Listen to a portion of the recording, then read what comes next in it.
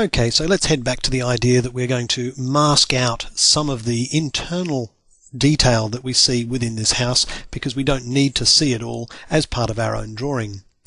My personal preferred method is to choose a desired color from the color palette, and here I'm happy to accept that the current color that's got a white border on it is color green, and I'm happy to draw with green at this moment.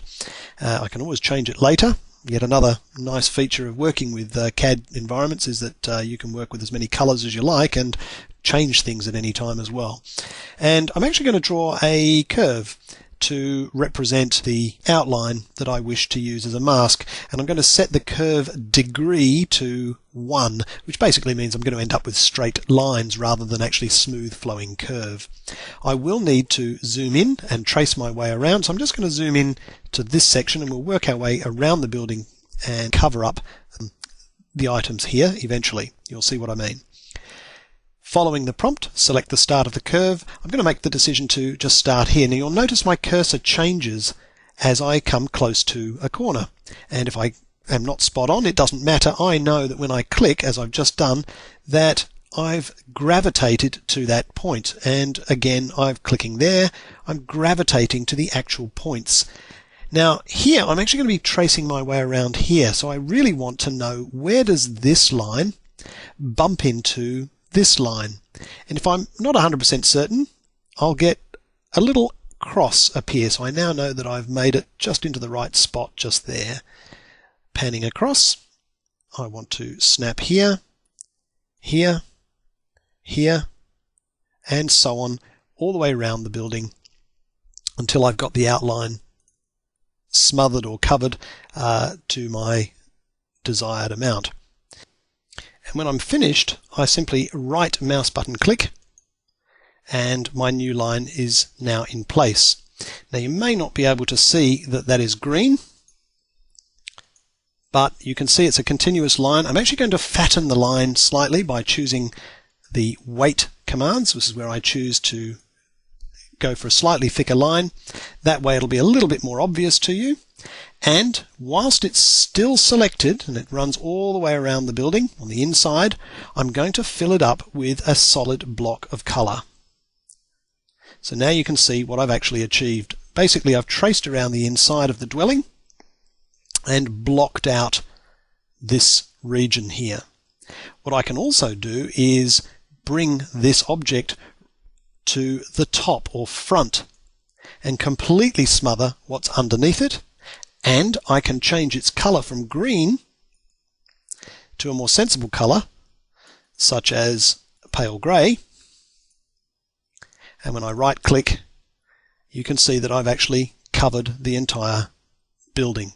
Now the information still exists underneath this cover, but this cover can also be made to be semi-transparent. So if I was to select it, or right click on it and choose properties, I could change some of the aspects of this plane by saying that it has a level of transparency, 0.2. Select OK and right click, and you can now see very, very faintly the information directly underneath. That's how I would like this particular drawing to look. It might be a good idea to thicken the outline even more. So let's just zoom right in on a particular area